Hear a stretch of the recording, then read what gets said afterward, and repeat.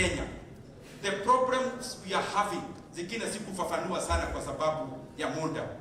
They require a country that is united and pulling in one direction. Na hayo mengi, mimi nataka niwashukuru sana wa Kenya. Na nataka niwatolee kofia kwa kutusikiza. Na niseme pole, nilikuwa naongea sana, saa zingine mnaona ni kama hasira. Ni kwa sababu kwa kweli niko na hasira kwa moyo wangu. And I know for sure, as leaders, if we do the right thing, our country is so blessed to serve all of us. So nawatakia kila la heri, Mwenyezi Mungu awabariki.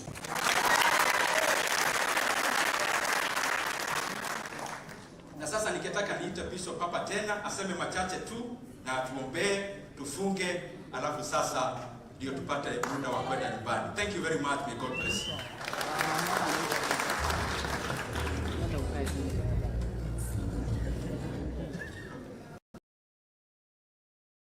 Kimetuumiza sana.